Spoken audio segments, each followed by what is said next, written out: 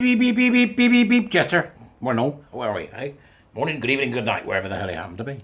Okay, right. Let's talk about Marxism. Oh no, I hear you say it. I hear you groan with horror. Let's talk about Marxism. One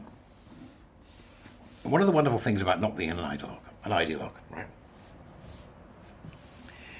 is that when you're not an ideologue, you can pick and choose where you get your stuff from. Oh, I like that bit. Oh, I like that bit.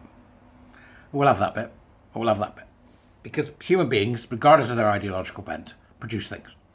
And human beings come up with ideas, regardless of their ideological bent. I was particularly torn by this in a situation where I was teaching some students about eugenics and the history of the Nazi movement. And I had to speak to a few of my Jewish friends to find out whether or not I was on the right track.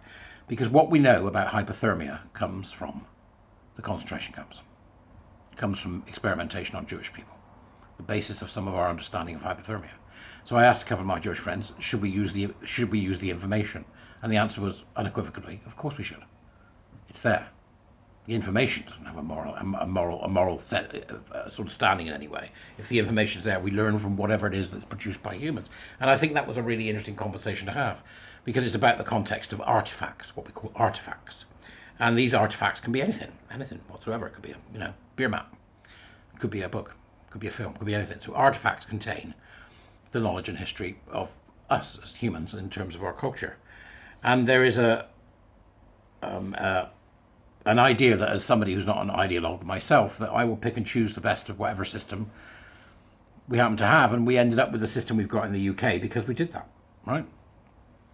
We've got socialised medicine, but yet we also have elements of capitalism, and so we're a bit magpie-like, and most countries who have been successful are also a bit magpie-like. It's the ones that haven't been magpie-like that have fallen to ideology that have suffered. And if ever there's been a suffering that's been caused and done because we forget to treat people like individuals, it's always come from victimhood movements. And every Marxist experiment has failed, or it's been inculcated at the hands of people who kill others. For example, Joseph Stalin. And they don't, it's not, it's about the grand idea, it's not about the individual, and it fails every time. Communism, Marxism. It doesn't mean to say that Marxist class analysis is useless. It's not. It's foolish to imagine that one can dismiss something so complex in such an easy way. However, it's about ideology. It doesn't matter what the ideology is. It doesn't matter if the ideology of fascism or Marxism or Nazism or environmentalism or genderism or whatever it may be, that happens to be the ideological bent of the day. But ideology generally has a few defining factors, and the formation of ideological groups that are dangerous to the whole have certain behaviours that they will demonstrate as they move along their line towards the worst kind of extremism, particularly that Marxism can bring us. So I was somewhat shocked and somewhat surprised to find yesterday an article by Sky News in Australia. So we're down under today, folks. Hello, down under people. And it is from a video on the YouTube, so I've got, I'll put the link below, called Mindless Group Thinking Barbarity at Melbourne University. And it's about a conference, a Marxism conference that went ahead.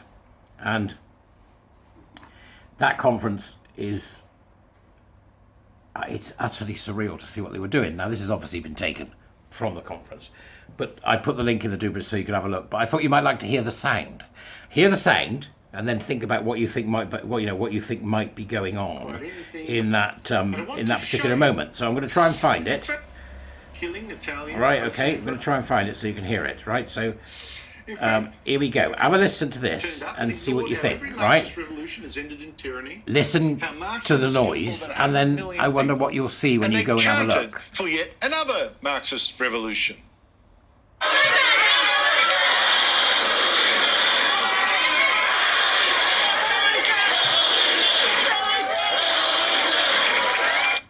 Okay, so that's, essentially what they were doing there was chanting Marxism, Marxism, Marxism. Go see it. What do you think they're doing with their hands while they're doing that? Go and have a look. It's utterly surreal. What we are seeing is the rise of a new ideological fervour in some of these people, and that was in Melbourne, Australia. And it's not going to get any better until we start saying no. But we must be aware that if we're not careful, we fall into ideological frameworks of thinking. I say it all the time to my warrior teachers. Every morning I get up and think, am I wrong? I have to. We all have to. Warrior teachers certainly have to. Am I wrong? Does my thinking need to be expanded to look at something a bit differently? Because we've seen movements throughout history that have ended in the most awful things. But that doesn't mean to say that we can't learn from those movements.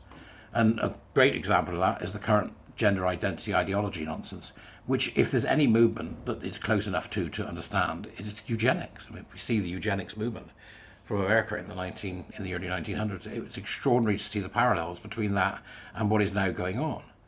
And then we end up with a bunch of people at a Marxist conference, attended by teachers, by the way, all doing what they're doing and shouting Marxism now, Marxism, Marxism, Marxism.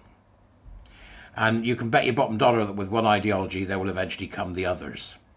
And the others will be gay people that don't comply, women that don't comply. And I imagine once we turn over the right stone, there'll be anti-Semitism there somewhere. There'll be anti-Semitism there somewhere. There always is. It's just like it's ubiquitous, isn't it? So we have to understand that we don't, as individuals, get caught up in ideological fervour or allow ourselves to be labelled as part of a group that we're not.